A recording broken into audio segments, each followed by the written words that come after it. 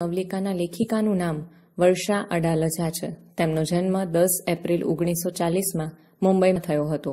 ગાંઠ છૂટ્યાની વેળા, અણસાર, ખરી પડેલો ટવકો, રેતપંખી, મારે પણ એક ઘર હોય, ક્રોસ રોડ એ તેમની નોંધપાત્ર નવલકથાઓ છે.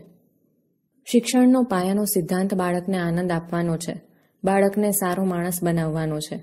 વાલીઓની અપેક્ષાઓને કારણે આજનું શિક્ષણ વધુ સ્પર્ધાત્મક અને ભારરૂપ બન્યું છે, જેનાથી બાળકનું બાળપણ છીનવાઈ જાય છે.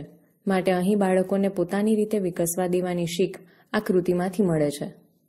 વિનુકાકા વાતમાં હંમેશા કહેતા, નિશાન ઊંચું રાખવું જોઈએ. અંકિત પ્લાસ્ટિકની લાંબી ગન ઉપર ઝુમ્મર તરફ તાકીને પૂછતો, અંકલ આટલું ઊંચું? ચાલ બદમાશ ક્યાંનો. વિનુકાકા ગન લઈ લેતા, પછી નાનકડા અંકિતને બાજુમાં બેસાડી સમજાવતા, બેટા, સામાન્ય તો બધા ભણે, જીવે, પણ લાંબી લાંબી ડિગ્રી મેળવે, હરીફાઈઓમાં ચંદ્રક લાવે, ટીવી અખબારમાં ઇન્ટરવ્યૂ અને ફોટા આવે, બસ તબ ક્યા બાત હૈ. અંકિત થોડું સમજે ન સમજે, પણ મને અને સંજયને સંતોષ થતો. અંકિતને સલાહ શિખામણ આપવાની અમારે જરૂર ન રહે. ઘણીવાર બાળકોને મા બાપની વાતો કચકચ લાગતી હોય. જ્યારે વિનુકાકા અંકિત અને એમના પુત્ર સૌરભને જુદી જુદી રમતો રમાડે, ચોકલેટ આપે અને પછી આવી બધી વાતો કરે. બંનેની ઉંમરમાં ઝાઝો ફરક નહોતો. સાંજે માથે બેસીને હોમવર્ક પણ કરાવે, પછી ટીવી પર નેશનલ જિયોગ્રાફી કે ડિસ્કવરી ચેનલ મૂકે. મંજુ કાકી ઘણી વાર કંટાળી જતા. તમે તો છોકરાને જાણે જેલમાં પૂર્યા છે, રમવા જવા દો ને. એની ઉંમરના છોકરાઓ સાથે જરા ભળવા તો દો, બાળક છે. સામાન્ય છોકરાઓની સાથે રમીને એને શી પ્રાપ્તિ થવાની? નિર્ભેળ, નિર્દોષ આનંદની. જો અત્યારે તેના ચહેરા પર આનંદ જ છે ને. કપાળ તમારું, એ આનંદ આઈસ્ક્રીમનો છે. 24 કલાક ચોકી કરશો એટલે છોકરો ભણેશ્રી થઈ જવાનો છે. મંજુ, મૂર્તિને કંડારવી પડે છે. દુનિયા તેજ ગતિથી દોડી રહી છે. તીવ્ર હરીફાઈ છે બધા ક્ષેત્રમાં. અરે તો લક્ષ્યાંક પર પહોંચવું હોય તો ઘોડો દોડાવવો પડશે મંજુ. હારી ગયેલાનો કોઈ ભાવ પૂછતું નથી. હે ભગવાન, તમારા ભેજામાં ક્યાંથી આ ભૂસું ભરાયું છે? ગયે મહિને SSCનું પરિણામ આવ્યું. ઝૂંપડપટ્ટીનો છોકરો પહેલો આવ્યો કે નહીં? તારી સાથે માથાકૂટ નકામી છે. આવતા મહિનાથી સૌરભના કમ્પ્યુટર ક્લાસ શરૂ થશે. મંજુ કાકી વેફર્યા. અત્યારથી 5મા ધોરણથી ક્લાસ? સૌરભ ના પાડી દે બેટા પપ્પાને. જોઉં છું કેમ તને પરાણે લઈ જાય છે. સૌરભે તરત કહી દીધું, ના મમ્મી, મારે કમ્પ્યુટર શીખવું જ છે. પછી ક્લાસમાં મારો વટ પડી જશે. મંજુ કાકીએ 2 હાથ જોડ્યા. હે માતાજી, બાપ દીકરા બેયને સાથે સદબુદ્ધિ આપજે. એ સાંજે વિનુકાકા ઘરે આવ્યા. આમ તો એક જ મકાનમાં ઉપર નીચે અમે રહીએ અને સૌરભ સાથે અંકિતને ઘણી વાર એ ભણાવે, એટલે એમના આવવાની નવાઈ નહોતી.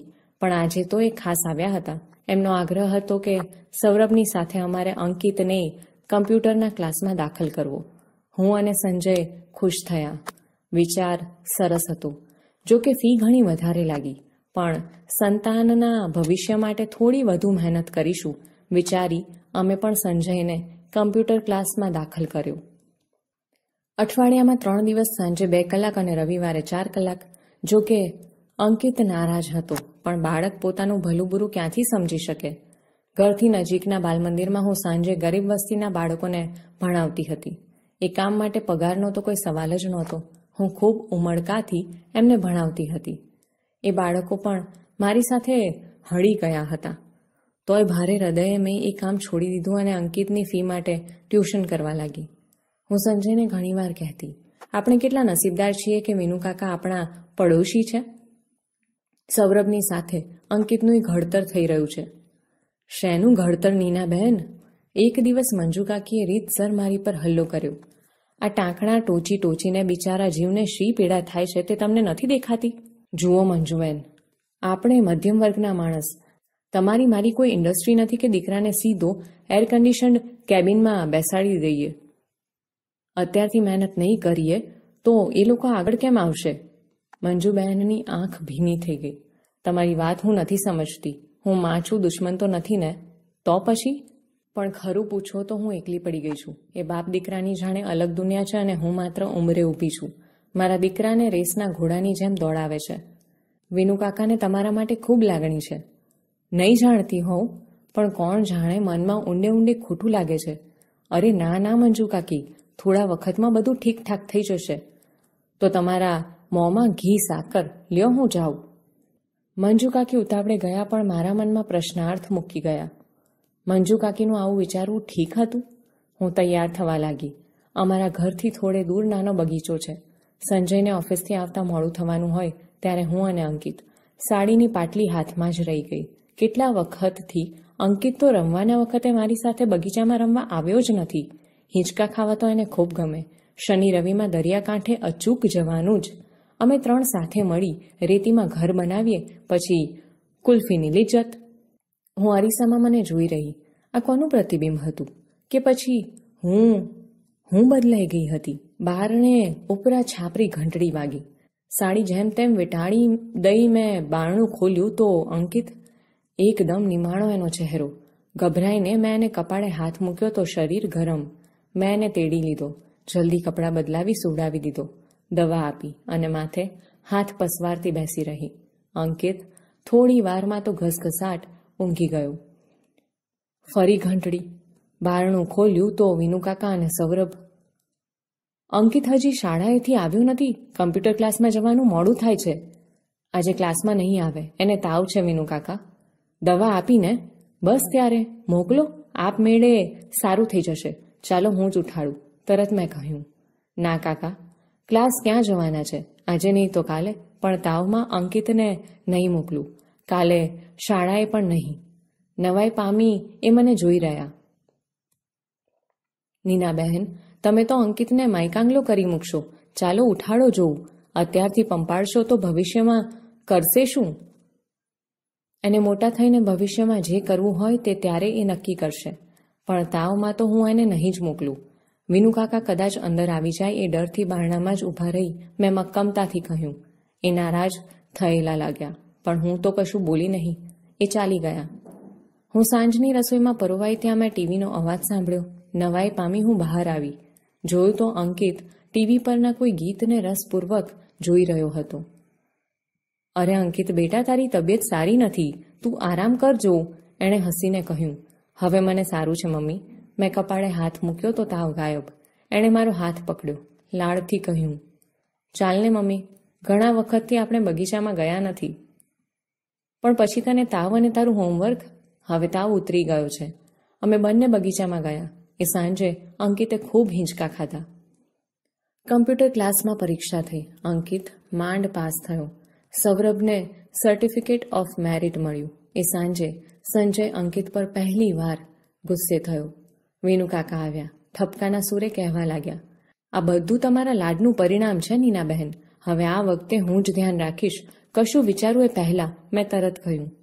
ના વિનુકાકા, હવે મારે અંકિતને કોઈ ક્લાસ કરાવવા નથી. અરે પણ એમ તે હોય, એકવાર ઓછા માર્ક આવ્યા એમાં, એટલા માટે નહીં. પણ જરા મોટો થાય ત્યારે અમે એને જ પસંદ કરવા દઈશું કે એણે શું કરવું છે. એ રાત્રે સંજય પણ મારા પર નારાજ થઈ ગયો. તું જાણે છે નીના, મારા સંજોગો એવા હતા કે હું જિંદગીમાં બહુ આગળ ન આવી શક્યો. અંકિત માટે હું બધું કરી છૂટવા તૈયાર છું. તમે એને એક ચીજ આપશો, અંકિત પણ ખુશ, હું પણ ખુશ. જરૂર, પણ મોંઘી તો નથી ને? ખૂબ કિંમતી છે, પણ તમારે રોકડા ચૂકવવા નહીં પડે. એટલે અંકિતને એનું શૈશવ આપો સંજય. સાંજે ઘણીવાર હું અને અંકિત બગીચામાં જતા. ત્યાં એને હિંચકા ખાતો, બીજા બાળકો સાથે રમતો જોતા મને થતું, ના, મારો નિર્ણય સાચો છે. પણ એમ કંઈ વિનુકાકા અંકિતને છોડે એમ નહોતા. વિનુકાકા સૌરભને ભણાવે ત્યારે અંકિતને લઈ જતા, પણ મને સ્પષ્ટ દેખાતું કે એ નારાજ થઈ જતો. સંજયના ધ્યાનમાં પણ આ વાત આવી. એક રવિવારની સાંજે અમે દરિયા કિનારે અંકિત સાથે ખૂબ રમ્યા. પાણીમાં ભીંજાયા પછી આઈસ્ક્રીમ ખાતા ખાતા એને પૂછ્યું. બેટા અંકિત, તારે વિનુકાકા પાસે કેમ નથી ભણવું? એ કહેતા હતા કે તું ભણવામાં ધ્યાન નથી આપતો. સૂર્યાસ્ત થઈ ગયો હતો અને હળવે હળવે અંધકાર ઉતરી રહ્યો હતો. હાથમાંનો ફુગ્ગો એણે છોડી દીધો અને એને દૂર સુધી હવામાં ઉડતો જોઈ રહ્યો. પછી અચાનક એ જોરથી બોલ્યો. મને વિનુકાકા જરાય નથી ગમતા. અમે બંને આઘાતથી એને જોઈ રહ્યા. આવો ધિક્કાર અંકિતમાં અમે કદી જોયો નહોતો. પછી ધીમે ધીમે મંજુ કાકી પાસેથી મને ખબર પડી. નીનાબહેન, મારું માનો તો અંકિતને મારે ત્યાં ભણવા મોકલતા જ નહીં. મારા વરને અક્કલ નથી. વારે વારે અંકિતને ઉતારી પાડે. બિચારો કુમળો જીવ. એમ તો મારા સૌરભને ન છોડે, પણ તમે માનશો, અમે ત્રણેય જણાએ ભેગા બેસીને નિરાતે ખાધું નથી અને અમે અંકિતને વિનુકાકાને ત્યાં ભણવા મોકલવાનું બંધ કર્યું. વિનુકાકા ધુઆપુઆ થયા, લડ્યા, પણ અમે મક્કમ રહ્યા. અંકિત પહેલેથી જ નબળા બાંધાનો છે. આ 1 વર્ષ જવા દ્યો, આવતા વર્ષથી વાત. હજી તો 5મું ધોરણ છે, એ વિશે ચિંતા છે. એ વર્ષે સૌરભને શાળાના શ્રેષ્ઠ વિદ્યાર્થીનું શિલ્ડ મળ્યું અને અંકિત 7મા નંબરે પાસ થયો. પરિણામ તો અમે પહેલેથી જ જાણતા હતા, એટલે અમે પહેલેથી જ થોડા દિવસ બહારગામ જવાનો કાર્યક્રમ ગોઠવી રાખેલો. એક નાના હિલ સ્ટેશન પર સંજયે સેનેટોરિયમમાં બુકિંગ કરાવ્યું હતું. અમે ત્રણેય જણા ખૂબ ફર્યા, ટ્રેકિંગ કર્યું. એને ઉત્તીર્ણ થવાની ખુશાલીમાં મેં એને રામાયણ મહાભારતની બાળકથાઓના પુસ્તકો ભેટ આપેલા. વાંચવાનો એવો નાદ લાગ્યો કે એણે બધા જ પુસ્તકો 2 વાર વાંચી નાખ્યા. અમે ચિંતામાં હતા કે અંકિત અને સૌરભને જુદા પાડવા શાળા બદલીએ તો સારું. ત્યાં તો બંનેના વર્ગ જુદા થવાથી અમને મોટી હાશ થઈ ગઈ. અંકિત પણ જાણે આનંદમાં રહેવા લાગ્યો, જાણે મુઠ્ઠીઓવાળી સતત દોડવામાંથી એને છુટકારો થઈ ગયો. પછી આખી વાત પરથી અમારું ધ્યાન હટી ગયું.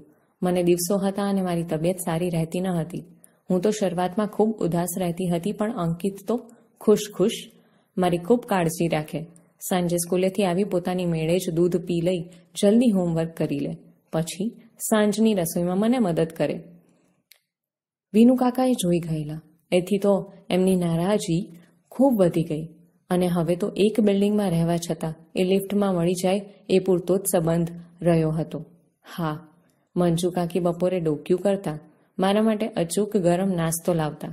સૌરભ સીડીનું એક પગથિયું ચડી રહ્યો હતો, તોય એમની આંખમાં વિષાદ ડોકાતો હું જોઈ શકતી. મને દીકરી જન્મી. અંકિતને ગાંડો ઘેલો થતો જોતા હું અને સંજય હસી પડતા. અંકિતને એની પર ઓળઘોળ થતો જોઈ મનમાં કોઈ અજબ સુખ અનુભવાતું. મંજુ કાકી તો એને રમાડતા રડી જ પડેલા. અંકિતે લાડથી એનું નામ પાડ્યું ફોરમ. હજુ તો થોડા મહિનાની હતી અને એને કમળો થઈ ગયો. અમારા સૌના જીવ ઊંચા થઈ ગયા. કમળો મટ્યો ત્યાં આખા શરીરે એને ફોલ્લીઓ ફૂટી નીકળી. એ વર્ષે અંકિતનો ક્લાસમાં 31મો નંબર આવ્યો. અમે 2 એને વઢી શકીએ એમ પણ નહોતા. ભણવાનો એને ખાસ સમય જ ક્યાં મળ્યો હતો. મંજુ કાકી બપોરે વિનુકાકાથી છાની કેક લઈને આવેલા. બેટા, મારી પરીક્ષામાં તો તું પાસ હો. ફોરમ બીમાર પડી જતી ત્યારે, એને કેજીમાં દાખલ કરી ત્યારે, કે પછી સંજયને સ્કૂટરનો ગંભીર અકસ્માત થયો ત્યારે અંકિત હંમેશા મારી સાથે હતો. એસએસસીમાં સૌરભને 92% આવ્યા અને અંકિતને 68% આવ્યા. સૌરભે સાયન્સમાં એડમિશન લીધું, અંકિતે કોમર્સમાં. મેં અને સંજયે એને સરસ કિંમતી ઘડિયાળ ભેટ આપી. ત્યારે ઘણા સમયે મેં એના ચહેરા પર ફરી ઉદાસી જોઈ. સોરી પપ્પા, તમારા લોકોનું સપનું હું પૂરું ન કરી શક્યો. મેં કહ્યું, તું માત્ર ડિગ્રી મેળવે એ અમારું સપનું નહોતું બેટા. તું એક ઉમદા માણસ બને એવું અમે બંને જરૂર ઈચ્છતા હતા અને એ સપનું સાચું પડશે એવી મને શ્રદ્ધા છે. 11 વર્ષ પછી અંકિત એક બેંકમાં સરસ નોકરી કરે છે. કિડની ફેલ થવાથી સંજયનું મૃત્યુ થયું છે. અંકિત બેંકમાં એની સાથે કામ કરતી નંદા નામની યુવતી સાથે લગ્ન કર્યા છે. એમને નાનકડો મીઠડો દીકરો છે યશ. ફોરમ બીએસસીમાં અભ્યાસ કરે છે. સંજયના મૃત્યુ પછી અંકિતે અમને મા દીકરીને સાચવી લીધા છે. કોઈ ખોટ પડવા દીધી નથી. ઘણીવાર સાંજે અમે બધા જ બગીચામાં જઈએ છીએ. યશને મોટા હિંચકા ખાવા ખૂબ ગમે છે. સૌરભ અમેરિકામાં ડૉક્ટર થયો અને ત્યાંની મોટી હોસ્પિટલમાં એ કામ કરે છે. ત્યાં એનું નામ ઘણું મોટું છે. વિશાળ બંગલો, કાર બધું જ એની પાસે છે. માત્ર માતા પિતા માટે એની પાસે સમય નથી. વિનુકાકા અને મંજુ કાકી શરૂઆતમાં તો પહેલાં હોશભેર અમેરિકા જતા, પણ 3 વર્ષ પહેલાં છેલ્લી વાર પાછા આવ્યા. પછી હવે અહીં જ છે. ક્યારેક હું એમને પૂછતી, હવે ક્યારે જશો? ત્યારે માથું ધૂણાવી ચૂપ રહે છે. એમની આંખના ખૂણે બાજેલું નાનું આંસુ આથમતા સૂરજના કિરણમાં ચમકી ઉઠે છે. હવે ફરવા જઈએ ત્યારે અંકિત અચૂક એમને સાથે લઈ આવે છે. વિનુકાકા અને મંજુ કાકીની ઉંમર જાણે એકદમ વધી ગઈ લાગે છે. કાકીને ગોઠણનો દુખાવો થયો છે. ફોરમનો હાથ પકડીને ધીમે ધીમે ચાલે છે. બગીચો ખાલી થવા લાગે છે. હલકો અંધકાર ઉતરે છે. અંકિત કાકાનો હાથ પકડી ઉઠાડે છે. ચાલો વિનુ કાકા, ઘરે જઈશું, કાંડે બાંધેલી કિંમતી ઘડિયાળમાં જોયા વગર તેઓ કહે છે. હા બેટા ચાલ, બહુ મોડું થઈ ગયું.